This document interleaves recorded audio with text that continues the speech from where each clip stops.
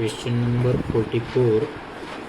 The difference of areas of two concentric circles is 770 semi-square and the difference of their radii is 7 semi.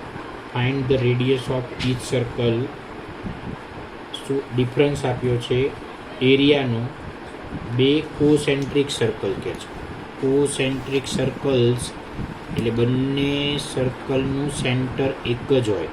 બંને સર્કલનું centre એક જ હોય પણ બંનેની radius અલગ અલગ હોય. બરાબર છે. તો હવે તમે જુઓ, આ જે છે એ નાના સર્કલની રેડિયસ કહેવાય અને આ જે છે એ મોટા સર્કલની રેડિયસ થઈ. હવે ક્વેશ્ચન શું કે છે? The difference of areas of two concentric circles. Difference of areas of two concentric circles is equal to. તો આ મોટા સર્કલનો જે એરિયા છે એમાંથી તમારા નાના સર્કલનો એરિયા માઇનસ કરવાનો એટલે ડિફરન્સ થઈ ગયો. ડિફરન્સ તો મોટા સર્કલની રેડિયસને કેપિટલ આર કહીશું તો એનો એરિયા પાઈ આર સ્ક્વેર થાય અને નાના સર્કલનો એરિયા પાઈ આર સ્ક્વેર પણ એમાં આર નાનો. આ મોટા સર્કલનો એરિયા, આ નાના સર્કલનો એરિયા અને આ એનો ડિફરન્સ. આ બંનેમાંથી પાઈ કોમન નીકળે એટલે capital R square minus small R square. અહીંયા આપણે બતાવવાનું capital R is radius of big circle અને small R is equal to radius of small circle. તો પાઈ તો જુઓ a square minus b square થયું. A square minus b square તો a minus B A plus બી થાય ને. તો R minus R અને આર પ્લસ આર. ઓકે. હવે ડિફરન્સ તમને ક્વેશ્ચનમાં આપ્યો છે. બંને કોસેન્ટ્રિક સર્કલના એરિયાનો ડિફરન્સ આપ્યો છે 770 અને difference of their radii is 7 સેમી. એટલે આ પાઈની વેલ્યુ 22/7 અને આ બંને રેડિયસનો ડિફરન્સ પણ તમને આપ્યો છે 7. તો આર પ્લસ આરની વેલ્યુ આપણને મળશે આ 770. તો આ 7 7 કટ થશે. આ 22 મલ્ટીપ્લાયમાં છે, આમ જશે તો ડિવિઝનમાં.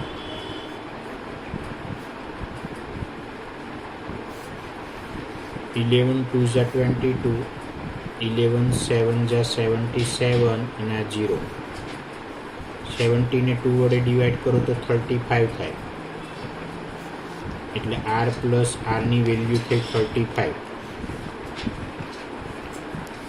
હવે ક્વેશ્ચનની અંદર આર માઇનસ આરની વેલ્યુ 7 છે એવું આપણને આપ્યું છે. એટલે રેડિયસનો ડિફરન્સ આપ્યો છે. તો હવે એલિમિનેશન મેથડથી આપણે બંને સર્કલની રેડિયસ શોધીશું. તો આ પ્લસ આર છે અને માઇનસ આર છે, કટ થાય. આરમાં આર એડ કરો તો 2r થશે. 35માં 7 એડ કરશો તો 42 થશે. આ 2 આના ડિવિઝનમાં આવે તો 21. તો આ રેડિયસ ઓફ બિગ સર્કલ. હવે આ જે બે ઇક્વેશન છે એમાંથી કોઈ પણ એક ઇક્વેશનમાં આપણે કેપિટલ આરની વેલ્યુ લખવાની. તો પ્લસવાળામાં લખીએ ને તો સહેલું પડે. R plus R is equal to 35. એમાં કેપિટલ આરની વેલ્યુ 21. તો small R is equal to 35. આ 21 પ્લસ છે અને આમ લઈ જાઓ તો માઇનસ. 5માંથી 1 ને માઇનસ કરો તો 4. 3માંથી 2 ને માઇનસ કરો તો 1. તો સ્મોલ આર એટલે radius of small circle, capital R એટલે રેડિયસ ઓફ બિગ સર્કલ. અને બધું તમને સેન્ટીમીટરમાં આપ્યું છે એટલે આ રેડિયસ થઈ સેન્ટીમીટરમાં. એક વસ્તુ ધ્યાન રાખો, અહીંથી અહીંયા સુધીનું જે ડિસ્ટન્સ છે એને રેડિયસ ઓફ બિગ સર્કલ કહેવાય, અને અહીંથી અહીંયા સુધીનું જે ડિસ્ટન્સ છે is A radius of small circle. તો આ જે મોટા સર્કલની રેડિયસ છે એમાંથી તમારે આ નાના સર્કલની રેડિયસ માઇનસ કરી દો તો તમને આ ગેપ મળે ને, બરાબર છે? તો એ ધ્યાન રાખવાનું. એટલે આ ડિસ્ટન્સ બિટવીન, એટલે આમ જોવા જઈએ ને તો આ એક ગાર્ડન છે, આ નાનું ગાર્ડન છે, એની આસપાસ આ દિવાલ છે, બાઉન્ડ્રી છે, એની ફેન્સિંગ છે. તો આ જે થયું એ એનો વોકવે થયો. આટલા ભાગમાં ઘાસ છે, આ ભાગમાં ઘાસ છે, બરાબર છે, આટલા ભાગમાં, અને આ એની દિવાલ છે. તો આ જે વચ્ચેનો જે થયો ને એ ચાલવા માટેનો વોકિંગ એરિયા થયો. તો આ વિડ્થ ઓફ વોકિંગ એરિયા કહેવાય ને, બરાબર છે? એટલે આ જે કેપિટલ આર હોય એટલે કે બહારના સર્કલની જે રેડિયસ હોય એમાંથી તમારા નાના સર્કલની રેડિયસ માઇનસ કરો તો તમને વોકવેનો જે પાથ છે એની વિડ્થ મળી જાય. ક્વેશ્ચન નંબર 45 છે, એમાં એવું કહે છે કે one card is drawn randomly from a well shuffled deck of 52 cards. Find the probability for that drawn card being a king or a queen. એ જે કાર્ડ આપણે સિલેક્ટ કરીએ છીએ કિંગ હોય અથવા તો ક્વીન હોય એની પ્રોબેબિલિટી. તો સૌથી પહેલાં નામ આપવાનું event A. Selected card is king or queen. તો કિંગ એટલે 4 અને ક્વીન એટલે પણ 4, એટલે ટોટલ કેટલા કાર્ડ થયા? 8. એટલે એ 8 કાર્ડમાંથી કોઈ પણ એક કાર્ડ સિલેક્ટ કરવાની વાત છે. ઓકે, પછી આપણે પી ઓફ એ એટલે પ્રોબેબિલિટી ઓફ ઇવેન્ટ એ. આને શું કહેવાય? Probability of event A is equal two, આપણે અહીંયા ફોર્મ્યુલા લખશું, number of times event A occurs upon total number of trials. બરાબર છે? અહીંયા કઈ ઇવેન્ટ છે? એ. તો ઇવેન્ટ એની એના આઉટકમ્સ ઓફ ઇવેન્ટ એ, અને નીચે ટોટલ નંબર ઓફ આઉટકમ્સ એવું બી કહેવાય. ઓકે, તો એના આઉટકમ્સ કેટલા છે? 8. ટોટલ કાર્ડ્સ કેટલા છે? 52. ફરીવાર યાદ કરાવી દઉં, પ્રોબેબિલિટીમાં ડિનોમિનેટર હંમેશા મોટો હશે, ન્યુમિરેટર નાનો હશે. અને 4 2 ઝા 8, 13 4 ઝા 52, એટલે આન્સર થયો 2/13. પછી એમાં સેકન્ડ ક્વેશ્ચન શું કહે છે? Selected card is an ace of red suit. Second, તો event B. Selected card is an ace of red suit. Okay, એટલે લાલ કલરનો એસ હોય તો લાલ કલરનો એસ હોય એવું તો એક જ પત્તું છે. ઓફ રેડ, લાલ કલરનો હોય એવો એસ એટલે 2 થયા. તો પી ઓફ બી એટલે પ્રોબેબિલિટી ઓફ ઇવેન્ટ બી. તો number of times event B occurs upon total number of trials. તો રેડ કાર્ડ્સ કેટલા છે? 2. ટોટલ કાર્ડ્સ કેટલા? 52. તો 2 × 26 52 થાય, એટલે 1/26 થયા. ત્યાર પછી થર્ડમાં એવું કહે છે કે not a face card. event C. Selected card is not a face card. face card ના હોય એવાની વાત છે.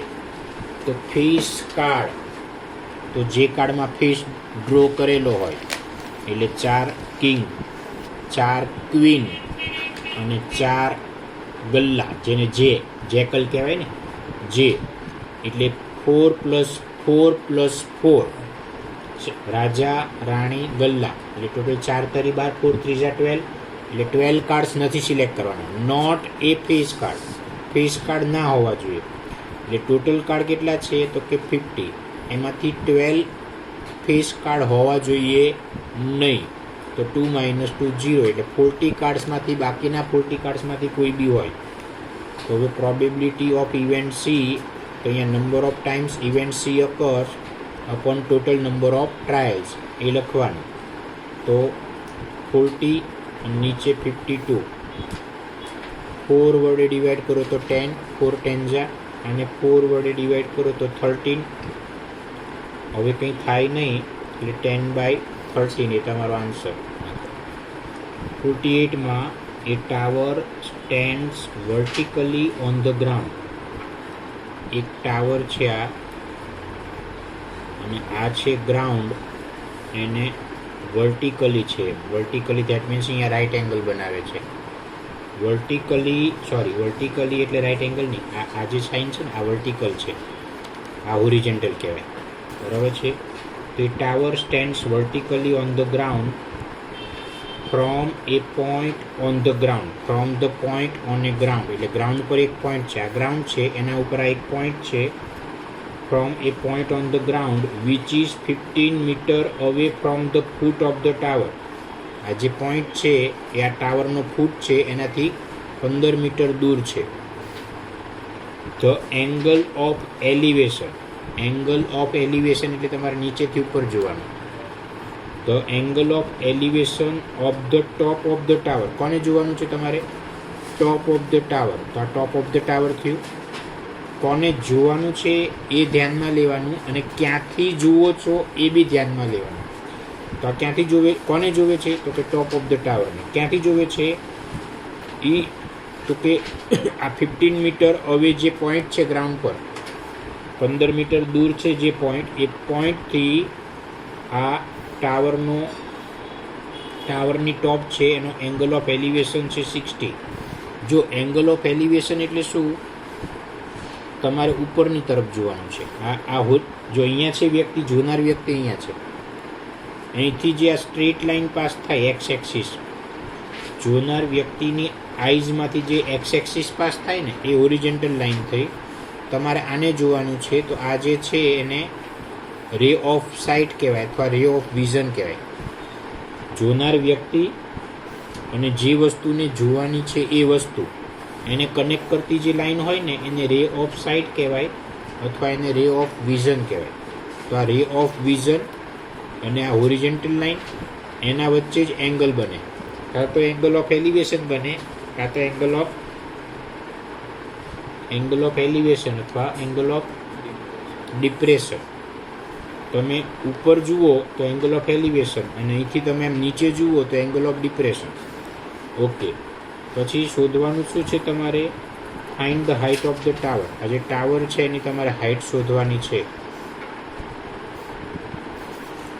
તો ચલો એ બી શું છે? તો A B is a tower. C શું છે? Point on the ground. C is the point on a ground. કેટલા મીટર દૂર છે? 15 metre far from the foot of a tower. આ ટાવર છે એ બી એ એનો ફૂટ કહેવાય. આ ફૂટથી આ પોઈન્ટનો ડિસ્ટન્સ 15 મીટર છે, તમને આપ્યું છે.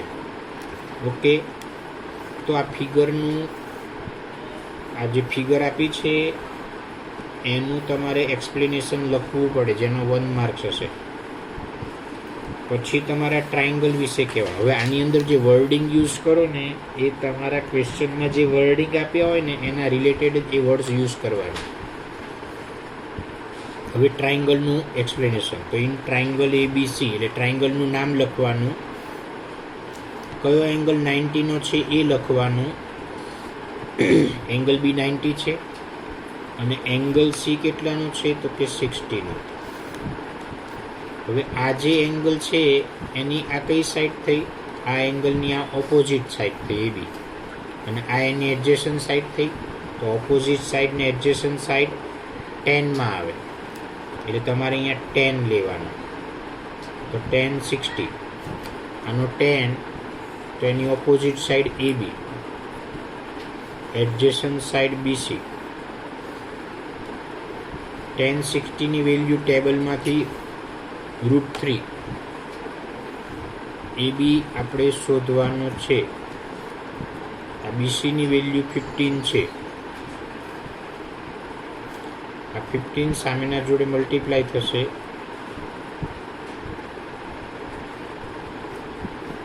સો AB ઇઝ 15 √3. હવે જો આ મીટરમાં છે તો આ ABની જે વેલ્યુ આવી ને AB મીટરમાં જ આવે. સો AB શું છે? AB તો AB is the height of tower. Therefore, height of tower is 15 √3 meter. બરાબર છે. ક્વેશ્ચન નંબર 49 છે. The sum એટલે addition. The sum of the radius એટલે R and height of a solid right circular cylinder. આ cylinder છે, એની radius અને એની height નો સમ એટલે એનું ટોટલ, એટલે આર અને એચનું ટોટલ 37 સેમી છે. If its total surface area is 1628 સેમી સ્ક્વેર. ટોટલ સરફેસ એરિયા તમને આપ્યો છે 1628 સેમી સ્ક્વેર આપ્યો છે. Find its volume. શોધવાનું છે તમારે વોલ્યુમ. તો ટોટલ સરફેસ એરિયા આપ્યો છે કોનો? સિલિન્ડરનો. હવે ટોટલ સરફેસ એરિયા હોય એટલે એની અંદર આ બેઝ જે સર્કલ આકારનો હોય અને ઉપરનું ટોપ જે સર્કલ આકારનું હોય એ બંને આની અંદર ઇન્ક્લુડ થાય. એટલે total surface area of cylinder. Formula સિલિન્ડરનું ટોટલ સરફેસ એરિયા એટલે 2πr into r plus H. આ એનો ટોટલ સરફેસ એરિયા. બરાબર છે. અને એ તમને આપ્યો છે 1628 2πr. હવે જો r પ્લસ એચ એટલે રેડિયસ અને હાઇટનું એડિશન ક્વેશ્ચનમાં આપ્યું છે 37. ઇક્વલ ટુની આગળ કંઈક લખ્યું છે એટલે ધેરફોરની સાઇન આવશે. 1628 37 એના મલ્ટીપ્લાયમાં છે, આમ જશે તો ડિવિઝનમાં એટલે 2. જુઓ આ પાઈ છે ને એની વેલ્યુ 22/7. આ આર બરાબર છે. એકચ્યુઅલી મેં અહીંયા પાઈની વેલ્યુ 22/7 લખી નાખી હતી ને તો થોડું સારું રહેતું. હવે આ 1628/37, આ 7 ડિનોમિનેટરમાં છે, આ બાજુ જશે તો ન્યુમિરેટરમાં. 22 ન્યુમિરેટર છે એટલે ડિનોમિનેટરમાં જાય. હવે 2 મલ્ટીપ્લાયમાં એટલે ન્યુમિરેટરમાં, તો એ ન્યુમિરેટરમાંથી ડિનોમિનેટરમાં જાય એટલે આરની વેલ્યુ થઈ. હવે તમારે જુઓ અહીંયા છેલ્લે 8 છે જે ઇવન ડિજિટ છે, અહીંયા 2 છે તો આ પણ ઇવન છે. તો લાસ્ટ ડિજિટ ઇવન હોય તો એને 2 વડે ડિવાઈડ કરો. તો જો આ 6 2 વડે ડિવાઈડ કરવાનું હોય ને એટલે હાફ કરી દેવાનું. 16 હાફ 8, 28 હાફ 14, તો હાફ થઈ જાય. ફરી લાસ્ટ ડિજિટ 4 છે જે ઇવન છે, એટલે ફરી આને 2 વડે ડિવાઈડ કરો તો 11 2 ઝા 22, આને 8 ને 2 ના હાફ કરો તો 4, 8 ના હાફ કરો તો 4. હવે જો 1 છે, 1 ના હાફ ના થાય એટલે અહીંયા થશે 0, એટલે હવે થઈ ગયા 14, અને 14 ના હાફ 7. બરાબર છે. હવે તમારે 11 વડે ડિવાઈડ કરો. અહીંયા 11 3 ઝા 33, તો 40 માંથી 33 માઇનસ કરો એટલે 7, અને અહીંયા 77 થઈ ગયા. તો 11 7 ઝા 77, તો આ 37 આ 37 કટ, એટલે આરની વેલ્યુ થઈ 7, એટલે રેડિયસ થઈ 7 સેમી, કારણ કે બધું સેમીમાં આપ્યું હતું.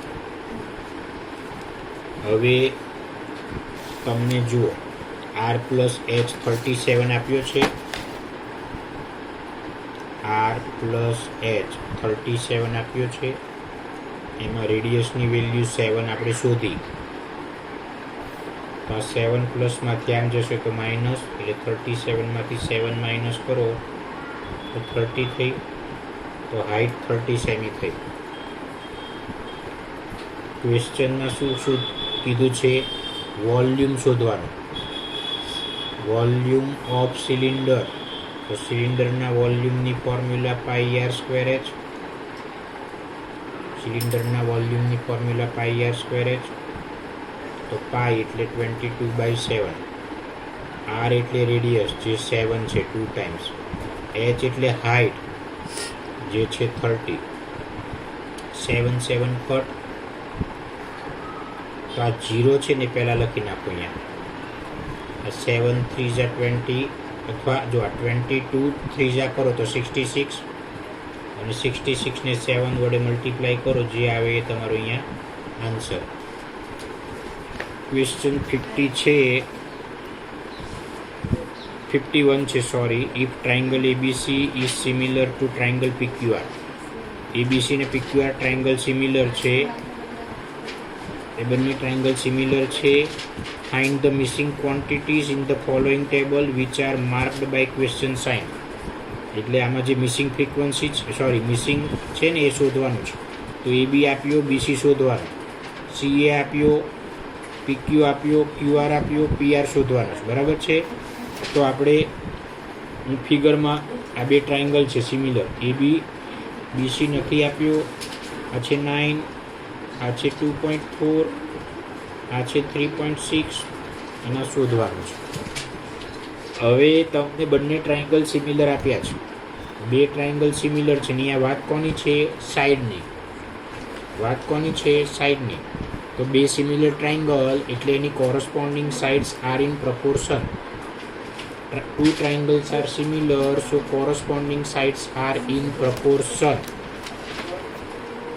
તો આ AB side ની corresponding side PQ is equal to BC upon QR is equal to AC upon PR.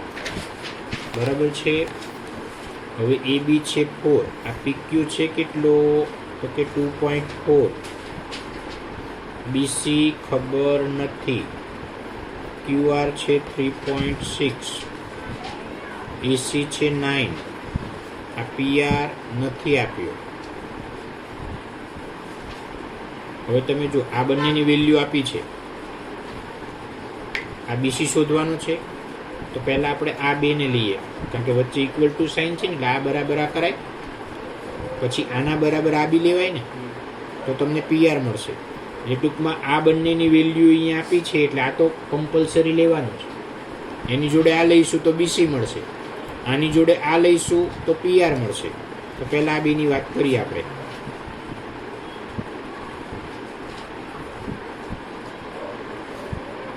બરાબર છે. હવે આ જે છે 3.6 એ સામેના જોડે મલ્ટીપ્લાયમાં જાય, આ ડિવિઝન છે, સામે જાય તો મલ્ટીપ્લાયમાં, નીચે 2.4 આવશે. અહીંયા પોઈન્ટ પછી 1 ડિજિટ છે ને આમાંય પોઈન્ટ પછી 1 ડિજિટ છે, એટલે ઉપર નીચે પોઈન્ટ પછી ડિજિટ સરખા છે ને, એટલે પોઈન્ટ નથી એવું માની લેવાનું, પોઈન્ટ જતા રહ્યા. 12 2 ઝા 24 અને 12 3 ઝા 36. 4 ને 2 વડે ડિવાઈડ કરો તો 2 આવે, તો 2 મલ્ટીપ્લાય 3 એટલે 6, એટલે બીસીની વેલ્યુ થઈ 6. હવે એ રીતે પહેલાં બરાબર છેલ્લું લો, એટલે 4/2.4 ઇઝ ઇક્વલ ટુ 9/PR. હવે તમે જુઓ, જે શોધવાનું છે એ ડિનોમિનેટરમાં આવ્યું, જેની વેલ્યુ શોધવાની છે ડિનોમિનેટરમાં આવી, તો શું કરાય? તો ક્રોસ મલ્ટીપ્લાય. આ જે છે ને એ સામેના જોડે મલ્ટીપ્લાયમાં જાય, અને આ ડિનોમિનેટર સામેના ન્યુમિરેટરના મલ્ટીપ્લાયમાં જાય, એટલે ક્રોસ મલ્ટીપ્લાય. આ 4 મલ્ટીપ્લાયમાં છે, આમ જશે તો ડિવિઝનમાં, એટલે પીઆરની વેલ્યુ 9 ઇન્ટુ 2.4/4. 4 6 જા 24, પણ જો અહીંયા પોઈન્ટ પછી 1 ડિજિટ, એટલે અહીંયા પણ પોઈન્ટ પછી 1 ડિજિટ રહેશે. 9 6 જા 54, અહીંયા પોઈન્ટ પછી 1 ડિજિટ છે, તો અહીંયા બી પોઈન્ટ પછી 1 ડિજિટ રહેશે, એટલે પીઆરની વેલ્યુ થઈ 5.4 થયું. ત્યાર પછી ફરી પાછી ફિગર તો એની એ જ છે, એની અંદર બીજું આપ્યું છે triangle ABC similar to triangle PQR. AB 5 છે, BCB 5 છે, CA નથી આપ્યો, આ છે 7, આ નથી આપ્યું, અને આ છે 11.2. તો ફરીથી AB/PQ is equal to a BC/QR is equal to AC/PR. AB કેટલો? તો કે 5. આ PQ કેટલો? તો કે 7. આ BC કેટલો? તો કે 5. QR કેટલો? તો કે નથી આપ્યો. AC કેટલો છે? તો નથી આપ્યો. PR કેટલો છે? તો કે 11.2.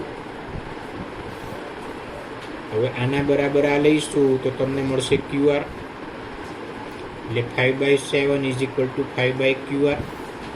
હવે જો 1 માર્કમાં આવે તો તમને તરત આન્સર ખબર પડે. જો આ બેનો ન્યુમિરેટર સેમ છે તો ડિનોમિનેટર સેમ હોય, એટલે QRની વેલ્યુ 7 જ આવવાની. ખબર પડી? પણ આપણે આ ડિનોમિનેટરમાં છે એટલે સામેના જોડે મલ્ટીપ્લાયમાં જશે, અને આ ડિનોમિનેટર સામેના જોડે મલ્ટીપ્લાયમાં જશે.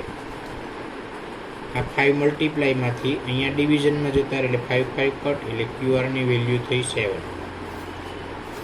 હવે જ રીતના પહેલાં બરાબર છેલ્લું લો, તો 5/7 AC/11.2.